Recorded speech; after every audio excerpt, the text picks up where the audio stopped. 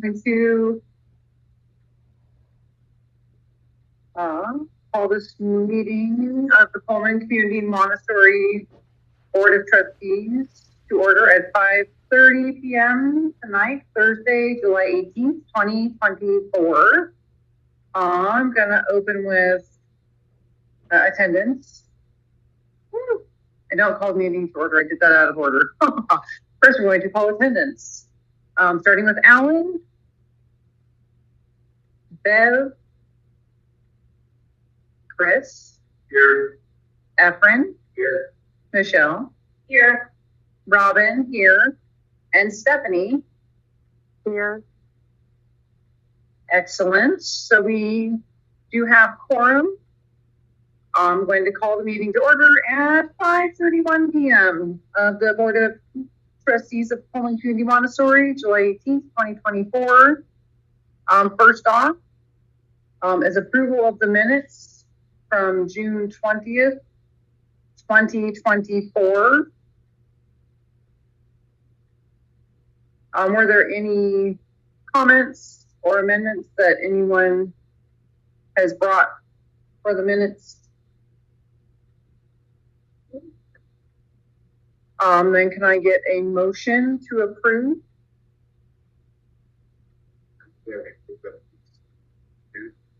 20th. All in favor? Aye. Aye. All opposed? The motion passes and the meeting minutes for June 20th, 2024 are approved. All right, next up we have public comments. I had checked our portal earlier. I will double check it again.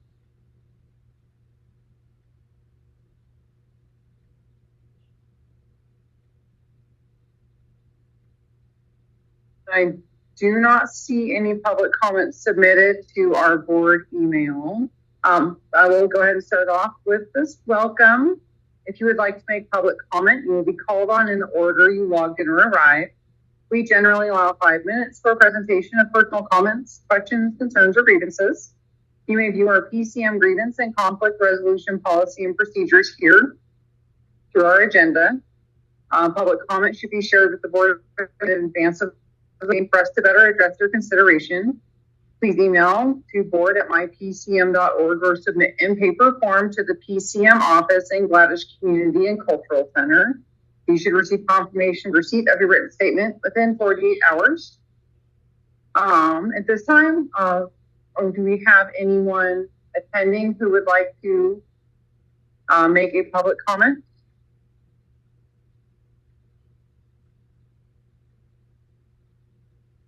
All right. So we'll move on to the closure team update and compliance check-in.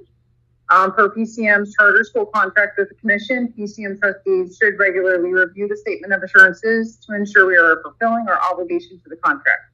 For public transparency, there is a copy of the commission oversight guidance manual included in our agenda. As we are now in the process of closing the school and dissolving the 501c3 entity as part of the charter contract revocation process, we'll utilize this space to discuss our progress related to the process. For public transparency, we've included a copy of the Commission's closing guidance handbook, revised July 2024. It's linked in there. For a closure update, we did discuss, we just briefly discussed this last Thursday, but we did not have all of our board members present. But we're going over a closure timeline. Basically, at this point, it's important that we're supporting students, family, and staff as our main priority, and then managing contracts and assets. We're going through the dissolution process with our attorney through Apex Law, and part of managing assets involves going through DES, which is the Department of Enterprise Services, which Desiree, our office manager, has been coordinating with them to ensure that we are able to log and transport our assets to them in order for them to be sold, and for us to get as much value out of them as possible, which we can then apply to any creditors, and then from my understanding, anything that's left over in the process, which may not have value assigned, could then also be donated to another like nonprofit. Is that correct? Mm-hmm. And at that point in the process, it may also be available for sale. And I do have a list of folks who are interested in procuring some of these items, and I will be keeping them updated as things become available. And then as part of the closure, we're ensuring that we continue to be responsive to public records requests. Our self-set goal of August 31st to complete all open public records requests is one that we are working diligently to ensure we can meet that commitment. Once we have completed all of those, we will be sending them out to the requesters. Onward, our finance committee, we had scheduled this vote for last week, but because we were not able to have quorum, we have moved it to this meeting. We will be voting to dissolve the finance committee meeting, and I did attach the email where Beth communicated to us as a board. What she discovered was the standing committee meetings can be dissolved by a vote in the board meeting. So if I can have a motion to dissolve the finance committee meeting. Can I have a second? All in favor? Aye. All opposed? The motion passes to dissolve the finance committee meeting. At this point, does anyone have any other business?